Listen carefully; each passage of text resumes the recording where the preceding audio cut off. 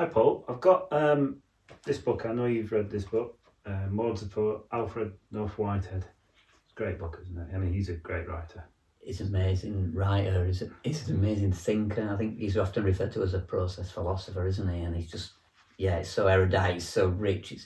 It just makes you wear a different coat in your thinking all the time. He's shifting your thinking.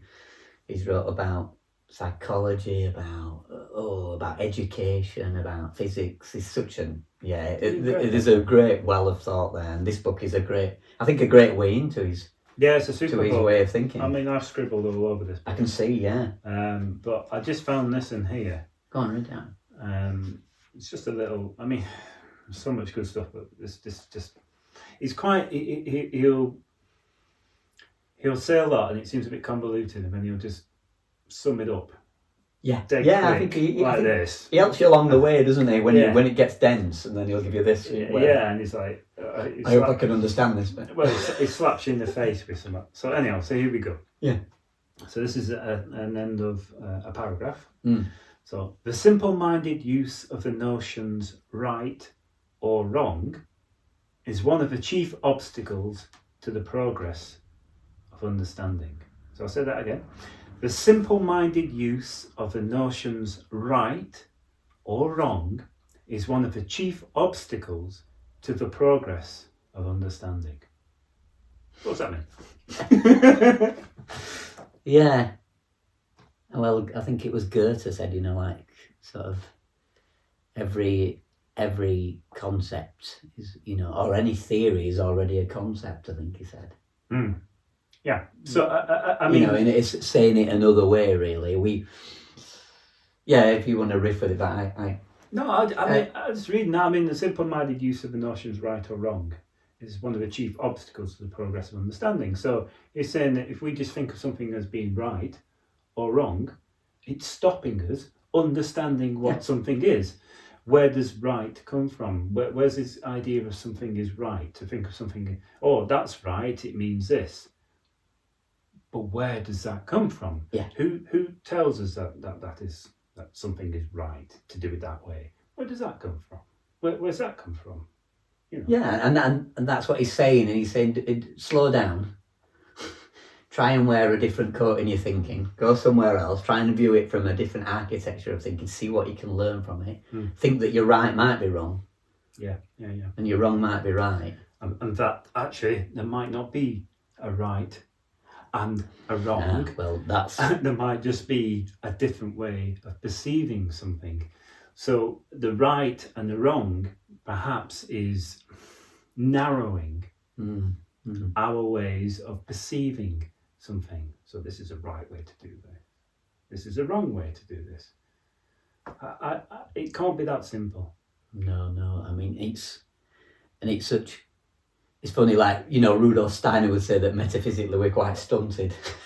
It's quite harsh in the way he talks about these things. But I don't know if people ever think, why do we divide things up into objects outside of us? Why do we say that you're here, I'm there? Why do we say that over there is that tree? We're already dividing things up into this multiplicity and this diversity of different independent objects. And I think, and maybe I'm getting a bit more complicated there, but Whitehead is pushing us to think about the way we think about it from a sort of a generator function perspective. He's trying to really get us. That's what I love about him. He really gets you going. He unpacks what you thought was right. It's just saying it's not that simple, isn't it? Yeah. He's saying that you need to think beyond simple. You need to go into the world and see how chaotic it is, but don't be afraid of that. Yeah. That's absolutely. wonderful. Yeah. And we can't always find an answer to something, but we can try and experience something and to understand it better within ourselves and then with others too, and to share that experience rather than saying this is right and this is wrong.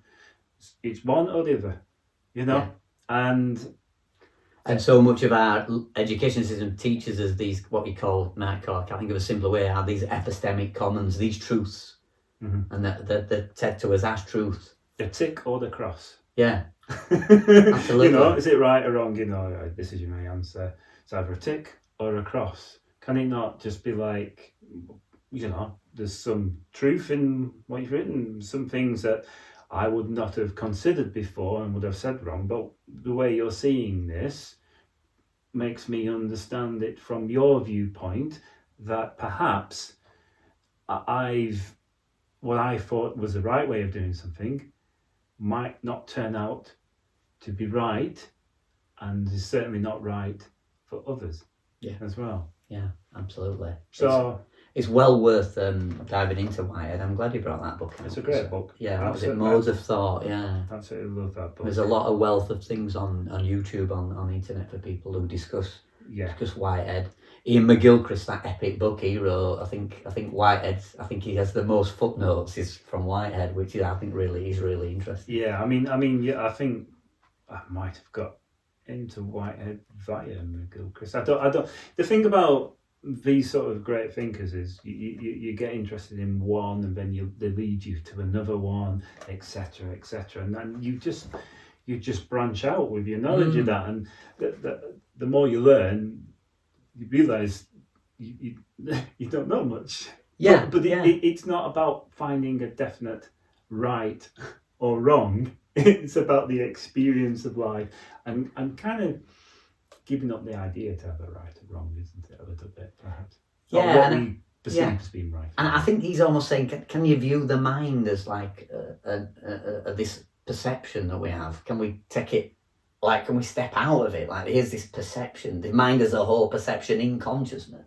Can we take aside all the presuppositions, the way we think about everything, right and wrong, and can we begin again? And I think that's what he's... Rub it out. Rub it out, yeah. And draw it, and don't necessarily have boundaries to your image that you're drawing, your symphony that you're writing, whatever it might be, but just to experience and give up that idea of that right and wrong. In a sense. I mean, you might have biases towards things that inspire you and helps you to understand, but you can't give someone a tick or a cross. It's not always that simple. No, and it'll use your imagination. It'll breathe more life into the way you do perceive things, and trying to unperceive them the way you normally think about them. I think that's what's so wonderful with the work of Whitehead. Yeah. So give him a read. Give him a read. Yeah.